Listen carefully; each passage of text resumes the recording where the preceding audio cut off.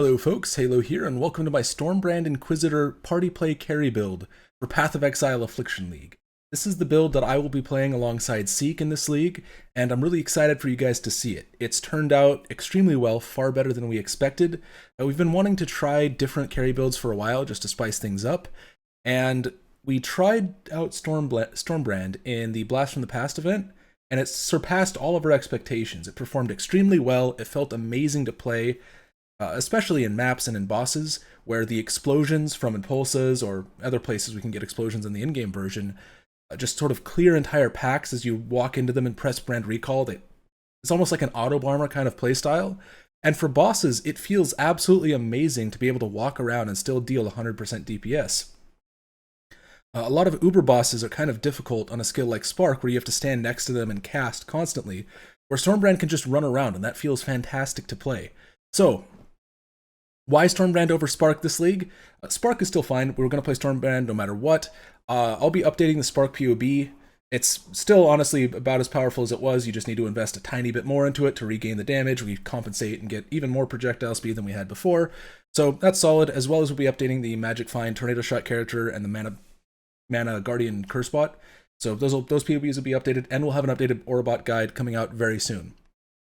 So, Stormbrand is a brand skill. You place it down in an area, and it attaches to an enemy. When it's attached to an enemy, it shoots out lightning bolts that damage enemies around that person, or that monster. And then when the monster dies, the brand is dropped to the ground, and then has an attachment range where it can reattach to a new enemy. So it sort of clears packs for you. And when combined with explosions, it's a very mechanically powerful skill, meaning that it does its damage in an efficient and quick way, right? The reason that we don't play something like Cleave or a Strike skill as a carry build is because while those builds can have insane damage, when you can have insane damage with anything because you have an aurabot. So you want to pick a carry skill that feels really good to play. And in terms of mechanical power, Spark is an S rank skill. So, and I know enough about the basics of Stormbrand. Let me show you the budget in-game version of this character. We're going to walk through everything from the beginnings of leveling to the very end game. There's a Q&A section. All of this will be linked in the timestamp below. So if you want to jump to a specific point, it'll be there for you. As well as we'll be streaming this league start on Twitch, so you can check Seek or myself out to watch either of our perspectives, and stop by during the league if you want to see how it goes. And we'll be updating the characters and min-maxing them over the league, and it'll be a good time. Also, I have tried to record this video like 20 times now. It's been like 5 hours. It just keeps going poorly. So I'm just doing this in one take. This is it. So if it's a little all over the place, I apologize. I'm doing my best here. It's been a long few days. Okay, so one thing that I've sort of changed about the way I make a carry build is the prioritization of quality of life as the top priority. Before, for the Spark build, not that we didn't prioritize quality of life, it was everything was designed to be maximally powerful for the smallest budget, so that you could take these builds, put as little currency into them as possible to do all the content in the game. And that's fine, that's good, that's a fine way to build a character. But as I've played more and seen like more people's PoBs, I've sort of shifted my philosophy to be more accepting of cutting damage a bit in favor of making it feel just better and smoother to play. An example of that is putting Reflect Immunity in the build. Is this optimal? No, you can just run, you can just not run Reflect maps. But when I played this character, I found myself leaving this in. I just like having Reflect Immunity. I don't care that my character does 3.7% less damage because I use a passive point here and instead of on a damage node. It's really nice to just be able to run Reflect maps. Taking like Divine Shield. Do you need Divine Shield when you have Ghost Dance? Ghost Dance is insane recovery. Also, you have insane recovery from the aurabot. No, but it feels great. It's it feels great to just have your energy shield constantly at full and just have insane recovery. This mastery here and taking the Faith and Steel Wheel. Do you need 10% of armor to apply to chaos damage taken from hits? No, but it feels really nice. you know, that it basically makes you immune to chaos hits because of how powerful armor scaling is when you have like 50k plus armor. You know, like the Juggernaut node, that's extremely crazy, that applies 8% of armor to elemental damage. Like, it's basically that strong, but for chaos. And then on top of all the crazy recovery you get, you're effectively immune to chaos damage. It's pretty impossible to die to it. An example is taking the Asylum Wheel. This effectively gives you curse immunity, and you can take a mastery for Corrupted Blood so that it's not inflicted upon you. This stops you from having to spend 2 points and getting a Corrupted Blood Jewel. While you can get like a Corrupted Blood Jewel with stats that you care about, it feels really nice to not have to do that. Another example is taking this node down here. This gives you a ton of evasion. Usually you don't really care that much, you know, but it feels great to have those extra defenses in a map. Adding explosions with impulses, it just feels amazing to clear. Like, you saw the Flawless Breachstone. So that's sort of the core philosophy of how I built this character. So you have to tell me how you think, how it feels to play. I loved the playstyle in Blast from the Past, and so let's get into it. We're going to start with the leveling, and I'm going to go through every small thing, and then we'll work to the end. I already said that. It's 10 and I'm tired. Give me a break. All right, let's start with leveling. Armageddon Brand and Rolling Magma. When I started with playing Rolling Magma, I hated it. I hated the skill, and that was for two reasons. One, it might take a little getting used to. You have to kind of aim between yourself and an enemy instead of aim at them. If you aim at them, they'll run towards you and the ball will land behind them, and that sucks.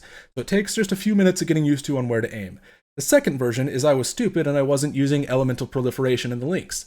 Turns out, a huge part of what makes Rolling Magma feel good as a clear skill is the ignite proliferation. Just dealing an ignite and it spreads and it clears very quickly. So when you're running through the campaign, you don't have to stop and cast several times. You just toss 1 or 2 Rolling Magmas, it ignites, proliferates, and then you get most of the pack. So it's very fast at leveling. As well, we're still using the Leap Slam Frostblink combination. It's actually, the more I use this, the more I think I was just trolling not using it before. It's crazy. It shaves off so much time on the campaign, and you can really zoom.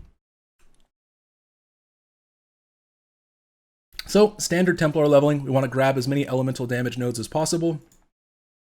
Also, you want to use Flame Wall. You sort of put the Flame Wall down, and you can shoot the Rolling Magma through the Flame Wall to get extra damage, as well as Holy Flame Totem. With these 3 skills, it's kind of a breeze to level.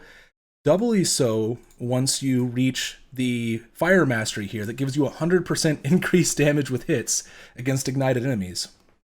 This is just crazy. Like, the power spike on this node is nuts. Same with the Dual Wielding Mastery that gives you 60% increased damage while wielding 2 different weapon types. What you do is you get a sword and a hatchet. You could just buy both of these from Tarkla. You want to get one that has at least 1.5 or 1.45 attack speed. And you equip them and you're leap slamming at a huge speed. It feels amazing.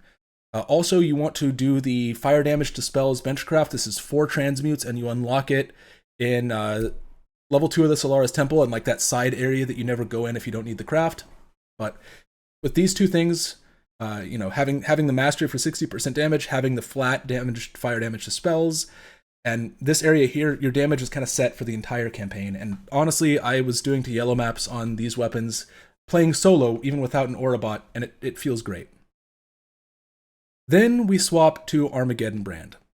And I absolutely, I don't know what I'm doing on the items there.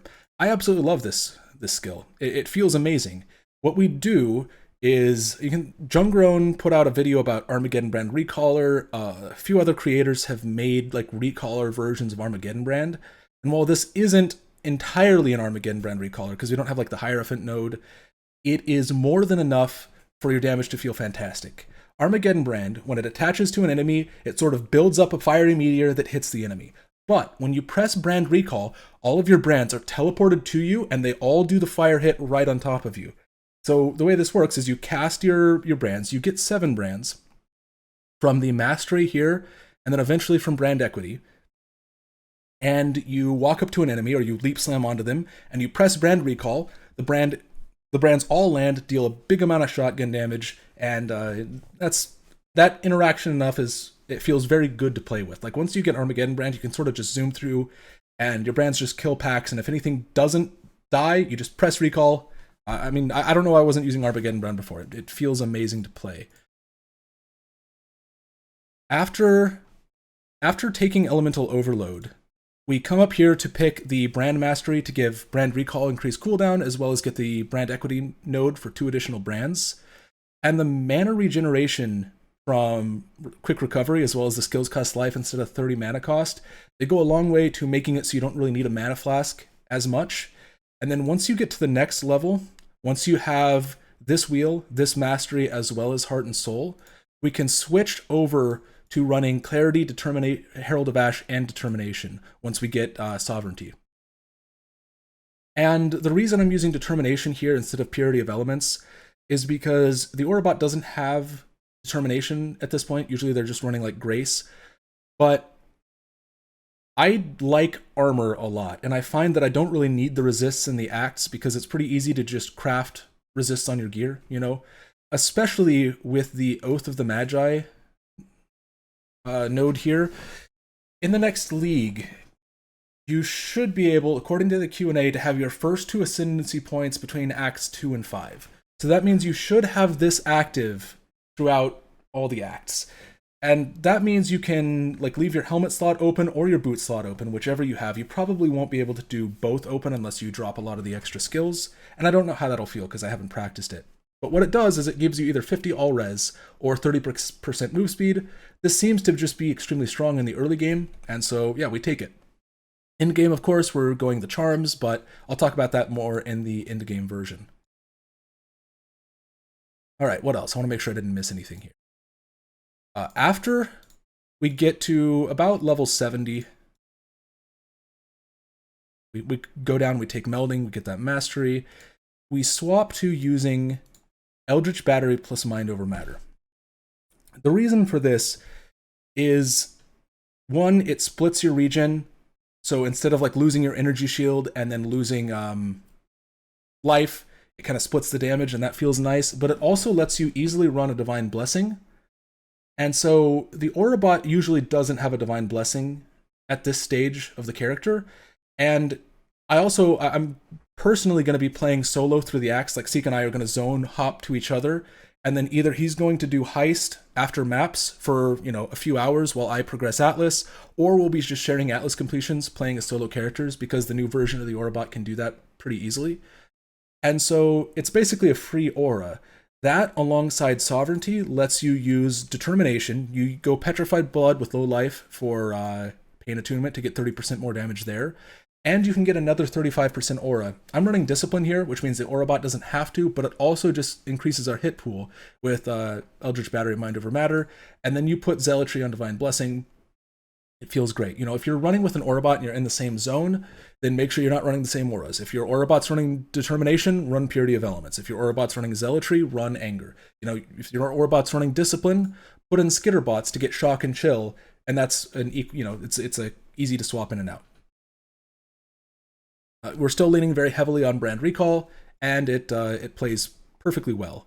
At this point, you're going to be doing white maps, and you sort of have 2 options for very easily getting power. One thing that I've found in past league starts is that 6-link staffs are super cheap. They're like way cheaper than a tabula, and so it's you can find like 6-link staffs often for like 5 or 10 chaos because not a lot of builds want them. If you don't want to do that, or if it's not available, what you can do is get a staff like this, a scepter like this. There are scepters that have 1.5 attack speed as a base. So what you do is you just buy 2 of these, slap 2 woe essences on it, craft cast speed, and this lets you still use the Dark Arts Wheel. You have to drop this mastery, but it's fine. It lets you use the Dark Arts Wheel, which means Leap Slam still feels good. You know, if you go the staff build, you want to drop this wheel entirely. But one of those 2 options, like doing one of them, will make it feel like that'll carry you up through yellow maps, even early reds. Once you get Uberlab, you go Stormbrand. We respec the tree. This will take, I think, 23 respec points, so you might have to use a few regret orbs. But one of my favorite items in the game it'll be added to the Swart Carry as well, is the Burden of Truth. This item just feels great. What it does is it stops 33% chaos damage from bypassing your energy shield. And when you combine that, along with the mastery on the ES wheel here, 63% of chaos damage is applied to your energy shield pool before your life pool. And this means that we're not weak against chaos damage like we were before, being like a low life petrified blood build. Like before, your effective hit pool against chaos damage was just whatever your unreserved life is, 1600. It also causes 33% of non-chaos damage to bypass your energy shield. What that means is it splits damage between your life and ES pool in a way that lets you much more easily run Righteous Fire. And that feels really good. Before you had to get a little bit of life regeneration rate on your gear, but with this belt, you don't. It's a great item. It also causes your life last to also apply to your ES pool. So as soon as you can get this, use it. It probably won't be available till like hour 12 in the league, but until then, it's no big deal. Also, we of course use Annihilating Light. Seik has been wishing for this item to get removed ever since it's been added. Triple damage. How do you beat that? It's about as good as Neb's, and it's free. Doubly so when you can get 50% all res from this node here. One thing I touched on it before, but this version is still running a Divine Blessing at the crit Stormbrand swap. Depending on how the aurabot's doing, you cannot benefit from two blessings. If the aurabot has a blessing skill and the carry has a blessing skill, the one that has the higher aura effect will override the other. So, you can't both run a blessing. You can only benefit from one. Even if it's like Guardian's Blessing versus Divine, they're still both blessings. You can only... So, just drop these if your aurabot has a blessing. Budget in game. This is where the fun begins. The Cluster Jewel. You can get Blast Freeze and Storm Rider on a medium Cluster Jewel that has 10% effective non-damaging ailments. The way you craft this is you use Frigid Fossils, and I have it pulled up here. It's 69 average Frigid Fossils on a base between eye level 68 and 74. And so that should be about 3 chaos per attempt, including the Resonator. And so it'll be about 210 chaos to craft this. If you can't quite afford it, just get the Cluster Jewel and use one or the other. Use Blast Freeze if you want more defensive freeze proliferation and maps, and use Storm Rider if you want more damage. It's a pretty easy way to do it. We also, I mentioned earlier, but Yoke of Suffering. This item's just really good. It adds a lot of damage. Because we're converting our damage to cold, it lets us shock. The reason we didn't use Yoke of Suffering in the Spark build earlier wasn't because it was bad, it was just barely edged out by getting a amulet that gave a lot of strength and crit multi. Because that version had to path down to take duration, it was very easy to also take Iron Will, which caused strength to double dip as giving you crit and giving you spell damage, and then it would also give you life, so it was kind of efficient to do that. With this build, we're not down there, so we don't really care as much about scaling strength. So we just used Yoke of Suffering. Excellent item. Heat Shiver. It's not a nothing nerf, but it's not actually that big of a deal. It's still a helmet that gives you 30 to 60% more damage as a cheap unique. It's still insane, right? Like the nerf was well deserved. We've been kind of hoping for a Heat Shiver nerf for a long time just because it was actually too good. So we still use Heat Shiver. We want to use Impulses because Explode feels amazing. It's just great. When you combine Impulsa with... So let's actually talk about Impulsa real quick. It says that shocked enemies you kill explode, dealing 5% of their life as lightning damage, which cannot shock. This gives you guaranteed explode. And what it means is that every monster you kill is going to explode for damage around them as lightning damage. That lightning damage is going to be converted to cold damage through your Call of the Brotherhoods, and then that damage is going to benefit from all the area damage, the increased lightning damage, increased elemental damage, and increased cold damage that you have on your gear and the tree. So the downside of Impulsa is that this explosion cannot shock. To mitigate that downside, we run Storm's Gift, which says that enemies you kill are shocked, which overrides the Impulsa line and causes the explosion to actually properly proliferate and kill an entire pack. It also gives you shocks that you inflict and spread to other enemies in a radius of 15, which means that if you hit a pack, you'll max shock the lowest person, right? Like just a trash mob, a white mob. You'll inflict a max shock on them, and then that max shock will proliferate to the like a rare, or if you get like a cycling damage reduction, crit resistant, triple essence, double possessed, uber boss in your maps, that means you'll actually proliferate the big shock onto them, which means that taking the plus 15 max effective shock and the crit mastery for 50% increased effective non-damaging ailments means you'll pretty reliably actually be hitting 65% shock in maps, even against the things that are really tanky. All right, for boots, life regeneration rate as a, I think it's Exarch, no, it's an eater. It's an eater prefix. It scales your life regeneration, which applies to your ES. It's like a really feels good stat, so you always want to roll for that, as well as move speed. You can go action speed as well, but action speed doesn't benefit the DPS of Stormbrand, and the move speed also applies to your aurabot if they're taking the link mastery. So, I mean, either of those is a good option. You need to pick up dexterity here, and that's about it. Dexterity and a bit of fire res, and the entire rest of the build is unique, meaning it's really easy to put together. Call the Brotherhoods, you quality them, of course. It's the spell damage package where you run like Call the Brotherhood and then you convert lightning to cold. It's the way you build a carry build. It's very strong. Burden of Truth, like we talked earlier. Aziri's Promise, I've kind of gone back and forth on this flask. You kind of want an Amethyst flask anyway here, so you might as well get some that gives you a little bit of life leech. One thing that we don't do on this version, but that we do in the next version, is to get a reservation and efficiency implicit corrupt on a jewel. What that does is enable overleech with petrified blood. And so, if you end up dropping your arrogance reservation, or if you get a reservation and efficiency implicit on a jewel, that'll let you have overleech, basically. I want to talk about skills on this version, because while the charm sockets here are going to be the best in slot things for late game, and I'll talk about some good things you can do with those. Early on, it seems really nice to just lean on Oath of the Magi and leave your helmet and boots open, and that gives you 50 all res, which makes mitigating the res penalty on Annihilating Light super easy, and 30 move speed, which will let you map faster and generate more currency. So, you get 6 links in your main link, right? Arcane Surge and Cruelty are options you can swap in if you don't want to run Swiftbrand. I'll talk about that in a second. And so after those 6, you get 10 more links to pick from.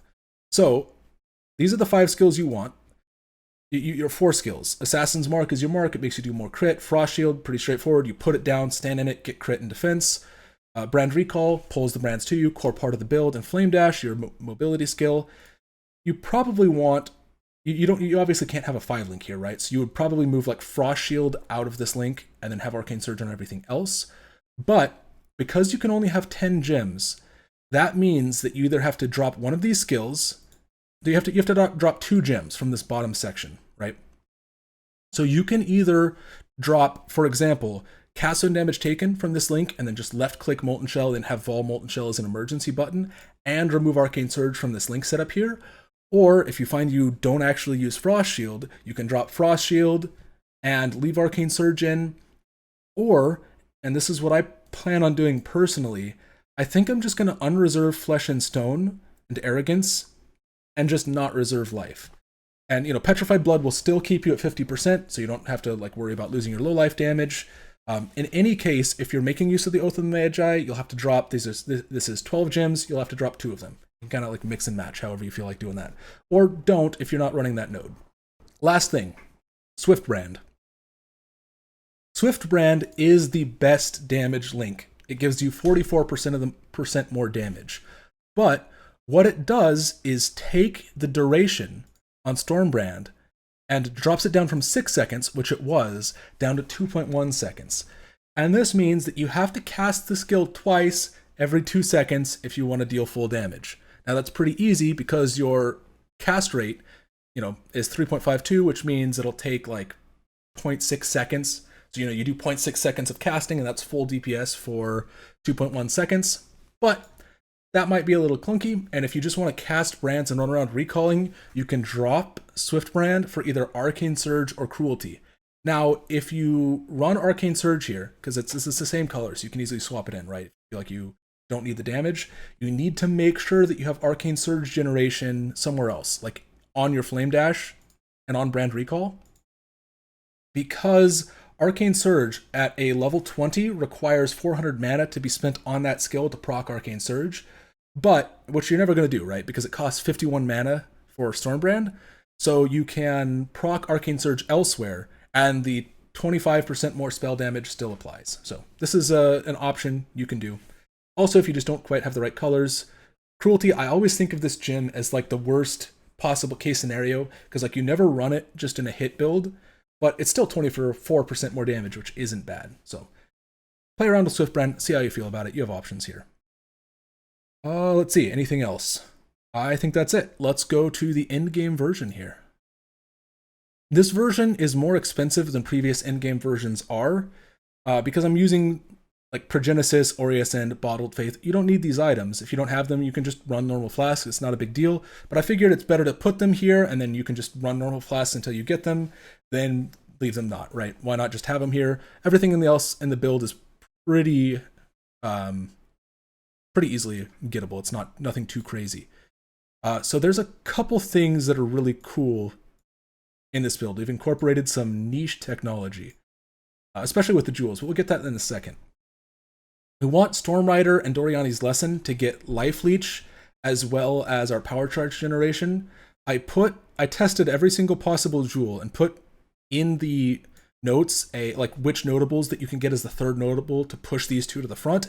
Trade site is dead. It's literally not working, so I can't make a trade link. Maybe I'll do that if I have some time, but yeah, just these two with any other notable, and that'll be this jewel. You just buy it on trade and probably craft it yourself with like Reforged Cold fossils. But we use 2 cluster jewels with Grand Design and Remarkable. 2 Remarkable notables on your jewels will give you a 70% chance to create 2 brands when you cast Stormbrand. You can get a third one if you want, but I think it'll be fine. It also gives 8% cast speed. This will just mean you have to click Stormbrand less to run around maintaining 7 stacks, and it'll make using Swiftbrand feel better if you want to do that. I don't know if I will. I went back and forth. There's merits to both. Sometimes you just don't need the extra damage, and being able to have a 6-second brand that just follows you around for the whole zone. You're running around with 7 of them. It feels great, And then Grand Design, it just gives you attachment range, duration, brand damage, just a great item altogether. Great notable altogether. In the early version, we only run this AoE wheel here, which gives us 30% area of effect for scaling our explosion. In this version, because we have some extra points and we're a little later on, we swap over to just grabbing more AoE here. Again, this does not improve your single target other than the area damage increase, which isn't much because it's additive increased damage with Nebulous, right? But what it does is it scales your explosion to make sure you clear even more. Now, this still has the early aurabot imported. It's not a very good one, so what I'm going to do is I'm going to import a higher budget aurabot from the PoB, go over to the party tab, clear all party effects, and import a new aurabot. It'll take that PoB and add all of these effects to the current PoB. So this party tab is fantastic if you're trying to test out your character, take your carry, and import your aurabot that you're running with to see what your actual stats are. Vice versa. Although I don't know what a carry would be giving to an aurabot. Maybe if you're running like an aurabot with a Mana Guardian. This tab is fantastic, and huge props to the PoB devs for making such a useful tool. Now you can just click a button. Now we're on the exact stats that we would be. So we change a few things up on items. We use that reservation efficiency implicit that I was talking about earlier to enable Petrified Blood or Overleech. You can also get Energy Shield Leech as a synthesized implicit on a jewel. I didn't actually know this. This is something Seik told me. And he said they're about a div on League Start. And so you just go reforge crit fossils, get, whatever. You can get crit multi here, life. Those are the stats you care about most. Because you have nebs, you don't really want increased damage. But, craft the best you can get. It's only 2 crit multi here. It's very easy to do something better than that. We also swap over to using a Corrupted Blood Immunity Jewel. Try to get one with like a bit of life and crit multi. It'll be kind of expensive, but this is an in-game version, right? And then triple crit multi jewels, any other sockets you have. These should be like a couple divines at most. Usually it's not too bad on League Start. In the previous version, we were also using a Chaos Res while affected by Purity of Elements Watcher's Eye. You probably don't need that. To be honest, I'm becoming increasingly comfortable with not capping Chaos Res because this mastery sort of makes you, it covers, it's massive mitigation for Chaos hits, And then with like Vitality and Rejuvenation Totem, or like Guardian Node on the aurabot, scaling your recovery so high, you're not dying to Chaos Dots, so you don't really need the resist, but why not, right? Again, prioritizing QOL, making sure that you basically can't possibly die to Chaos damage, just by getting that here. Also get a second mod, increased damage taken while affected by Zealotry. There's a bunch of ones. Defensive mods on Watcher's Eyes, I feel are generally much better than offensive ones. Getting like movement speed while affected by Grace, phasing while affected by Haste.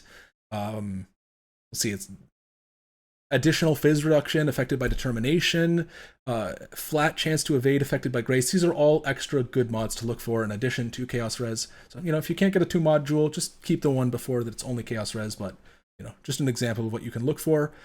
On the flasks, Progenesis is kind of just a broken item. It's not even that crazy for the build because of how much of our energy shield pool, or like our hit point pool, is energy shield, but it's still insane. And if you have the money, it's never going to go down in price, right? Why not just use it? So, again, just use like Azir's Promise if you don't have it. Bottled Faith. There's other ways to cap crit. You can get like a flat crit Hatred, Watcher's Eye, or you can use a helmet, like a 8-mod Storm Brand helmet. That'll give you a bunch of flat crit there. In the end, enemies don't have to stand on the radius of consecrated ground from the bottled faith.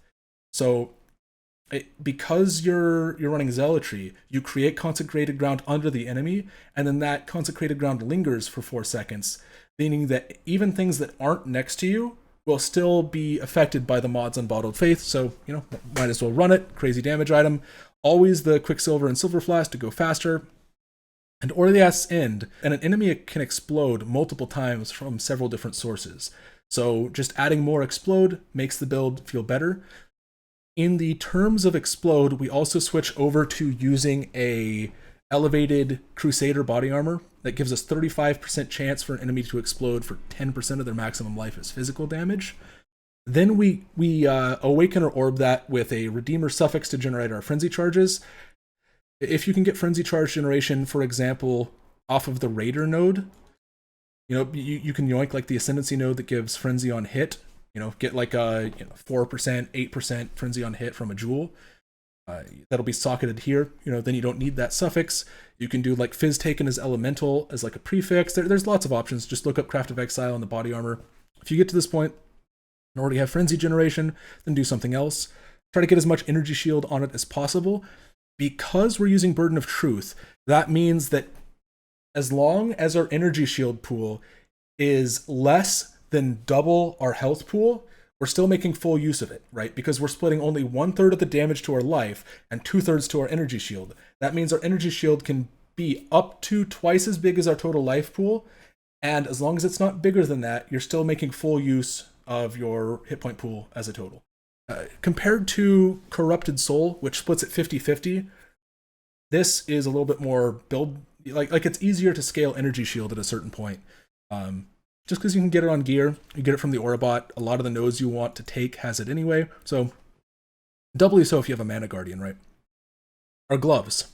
We get Freeze Prolif on our gloves because we're no longer running Blast Freeze, and we get physical damage converted to lightning as a implicit, and then we craft physical damage converted to lightning on the mod, on the item itself.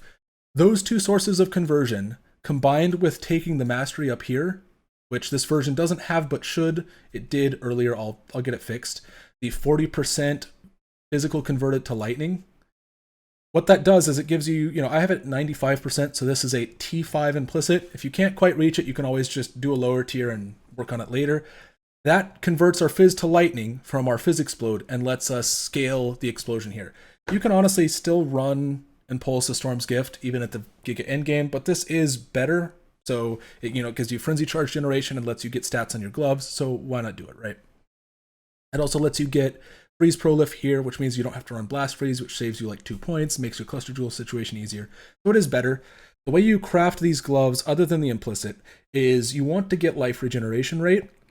It's crucial, so you can either get that fractured or get Chaos Res fractured, and you want Chaos Res, life regeneration rate, and dexterity as your suffixes. Then you can Eldritch craft it to roll for life as your prefix, and then you just craft Fizz to Lightning. Very easy to craft these exact jewels, especially with a fractured mod. Let's see, on my list of things to do, is there anything else? No, I think this is good. We're on to the last thing in the in-game version, which is good charm ascendancies to watch out for. We'll just kind of start at the top and work our way around clockwise. For Occultist, Profane Bloom, I imagine this will be kind of expensive. The problem with Profane Bloom is you have to curse things on hit. It also doesn't proliferate. So like if you have a curse on hit, then if you kill an enemy, that enemy will explode, right?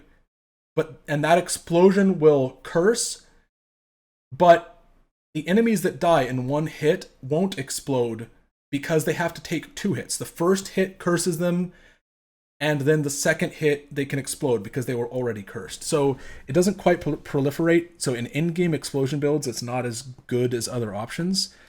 So it's probably not a great one. Getting Frigid Wake for % more cold damage is pretty good. Chaos Res off Withering Presence, those are the ones that stand out on Occultist. For Elementalist, there's not a ton. Heart of Destruction, I don't know what they'll do, but it's still a more damage multiplier with Area of Effect. The Area of Effect will scale your explosions. So this is the one I'd look for here. I don't imagine they'll give the all damage with hits can chill or shock, so wouldn't worry about that one too much. For Assassin, the base crit and power charge generation on an unstable infusion and deadly infusion are good to look for, as well as opportunistic. Maybe you can get chance to gain elusive on Mistwalker, and that could be like a good source of move speed. So those are the 3 I'd look for there. For Trickster, the main one is Polymath. It's just a more damage multiplier and some recovery. I don't imagine Overleech will be accessible, but if you just wanted another source of leeching energy shield and you didn't want to get a crafted jewel with a synth implicit, you could do this. The blind node is, I think, the most underrated node in the entire game. It's basically Fortify because it causes 15% reduced damage taken. It's incredible. You can see it's 18% hit pool, so it's almost as good as Fortify. So I would look for what the versions of this are. A Frenzy Charge generation on Raider is the one I'm going to look for most because it's 15% more damage for having Frenzy Charges, and it's really hard to get Frenzy Charge generation as a spellcaster at the top of the tree. Also, did I Tailwind? I don't know if they'll actually let us access Tailwind off of a charm socket. It'd be kind of broken, but this is one that I'm going to be live searching trade for. If I can, I'm just going to be watching all of the charms as they pop up, and if I see one with Tailwind, I'm going to pick it up right away. Let's see. Fortify, off champion, I think everybody knows that.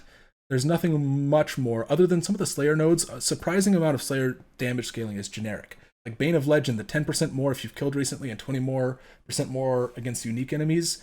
Those are generic. They don't require the damage to be an attack. So this might be one of the more efficient nodes for scaling damage in charm slots.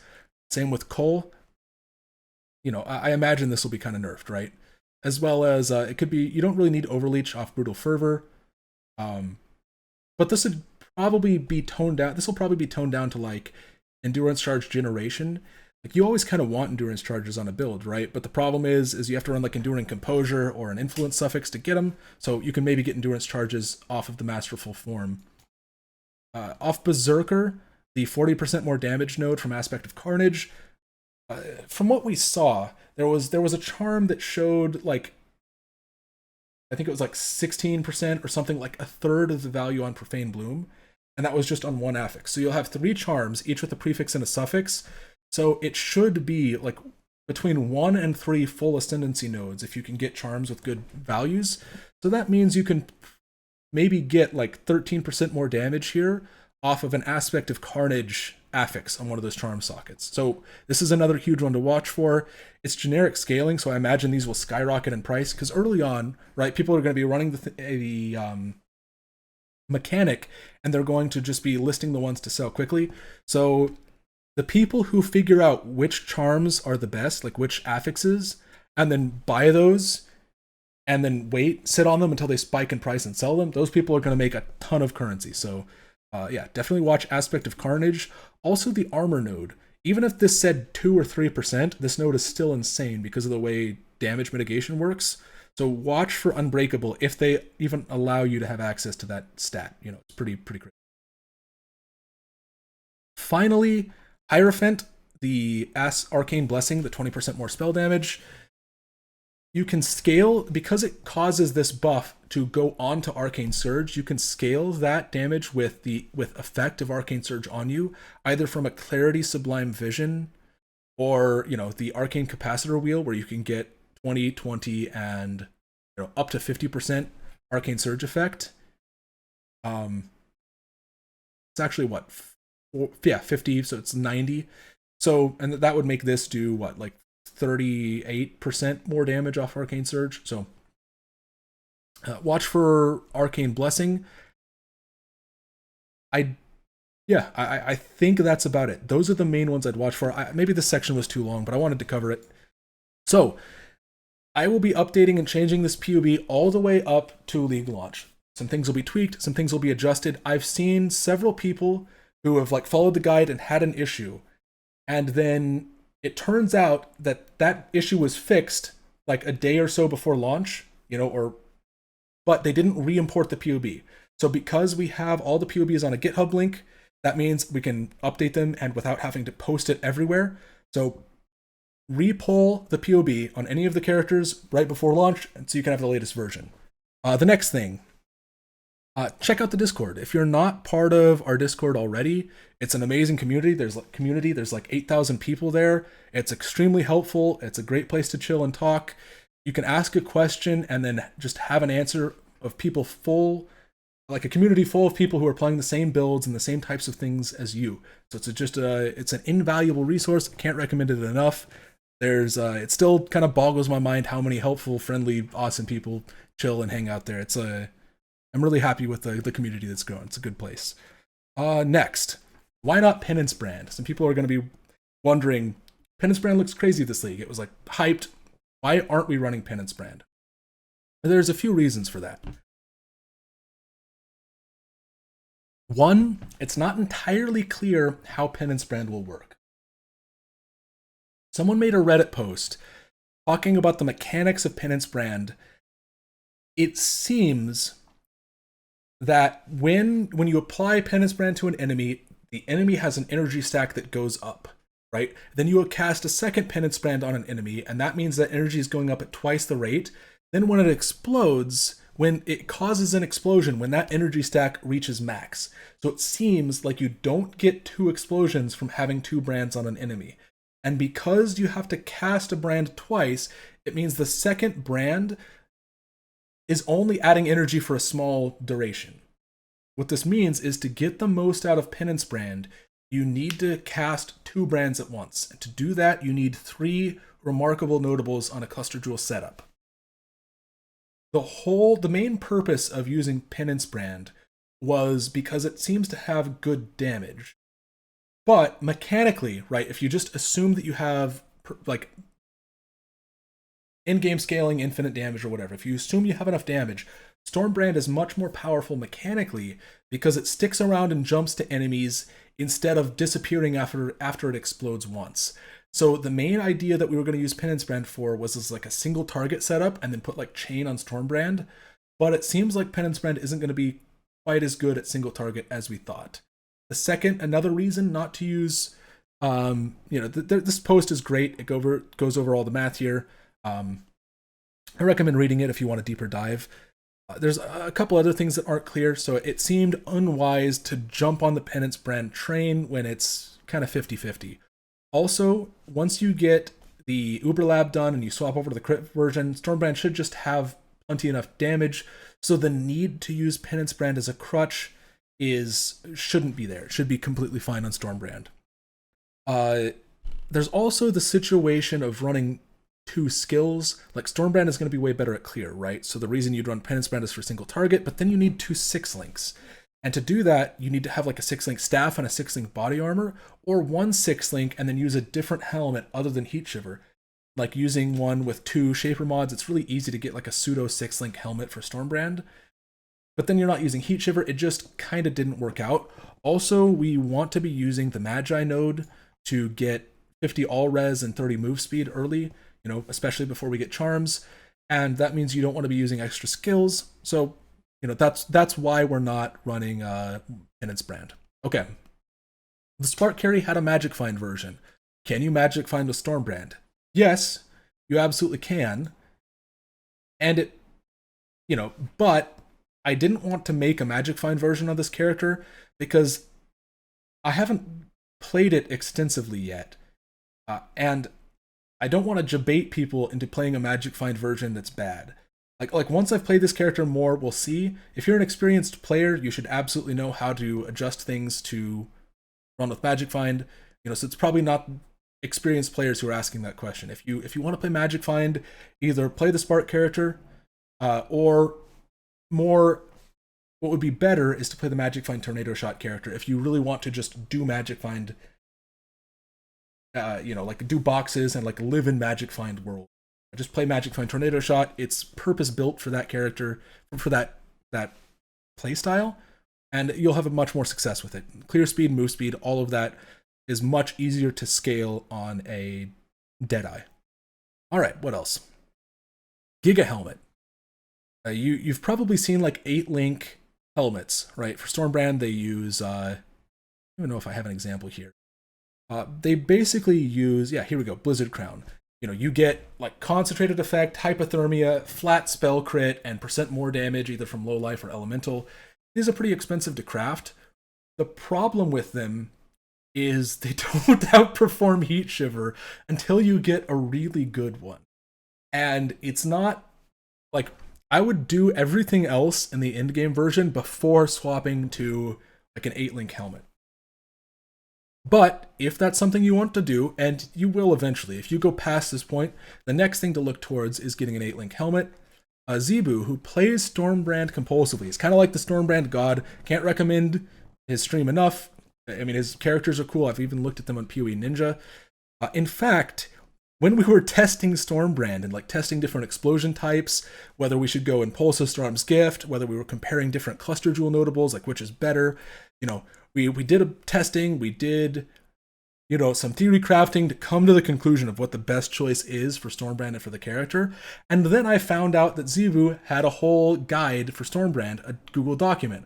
So I opened up his PoB and found, lo and behold, he was using Impulsive Storm's Gift just like we were. He was using Remarkable plus Grand Design just like we were. Like the things that we independently found to be optimal, he had this whole time, and if I only knew that this doc existed, I could have saved a lot of time. So I can't recommend it enough. It's a great resource. It'll be linked in the description. Check out his content. Yeah, that's he also has, the reason I brought this up, he has a step-by-step instructions for crafting the 8-link helmet right here. There you go. Can't get easier than that. The next thing on the list is, should you play this character with a Magic Find culler? For example, if you play with a culler, then you get things at low life. You'd use like Southbound probably, and then you would swap off Heat Shiver, go like Secrets of Suffering, or just go Gale Sight, scale crit that way, or better yet, probably go Dance with Death. The problem with playing Stormbrand with the culler is this character is built around a skill that does damage to enemies, that attaches, that jumps to new enemies when the current enemy dies. And if the current enemy isn't dying, a lot of what makes Stormbrand feel so good to play is going to be wasted. Second thing this character is built around is explosions. And if you have a culler, you're not getting explosions. So if you want to play with a culler, I would play Magic Find Tornado Shot, or I would play like a Spark Carry, and you'd want to make sure you have more pierces, because if you have a culler, then Spark needs more pierces to feel good. It's like Slap on Voidwalker or something. Or play Snap's Magic Find, or Snap's Spectre minion carry. I'll link Snap's YouTube channel in the description below. Can't recommend the guy enough. He's got great content and a lot of good resources for party play, especially if you're trying to play with more than 2 people. What content is this build especially good at farming? This build excels in 2 main areas. One is doing any kind of bossing content, and the other is doing any mapping content that isn't Magic Find oriented.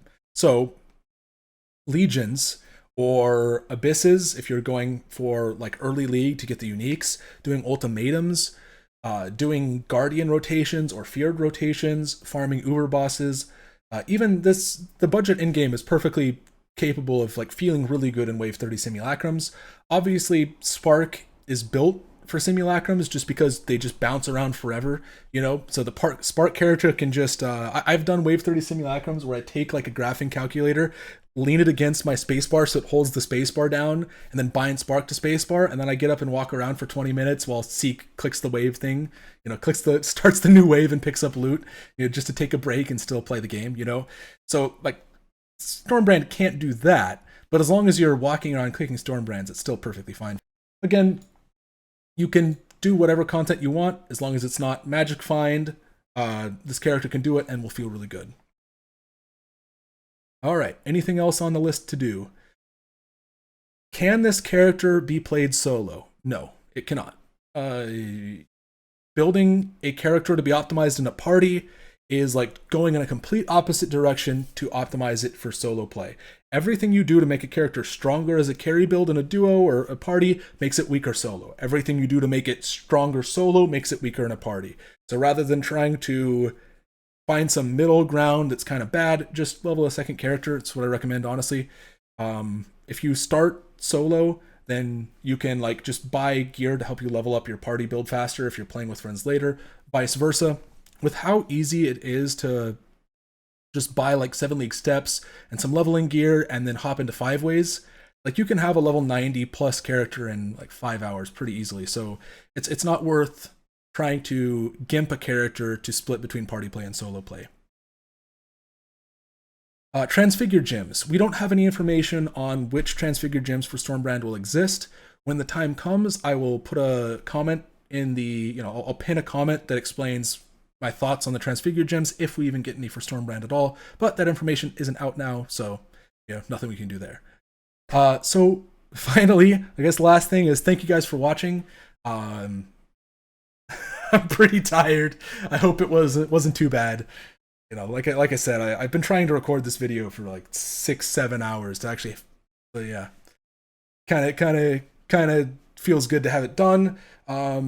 Like I mentioned earlier, we're going to stream it. Check out our Twitch channels. And finally, thank you to the handful of people who have tipped us money. There's a donation link in the description if you want to just help us out, kind of broke college students.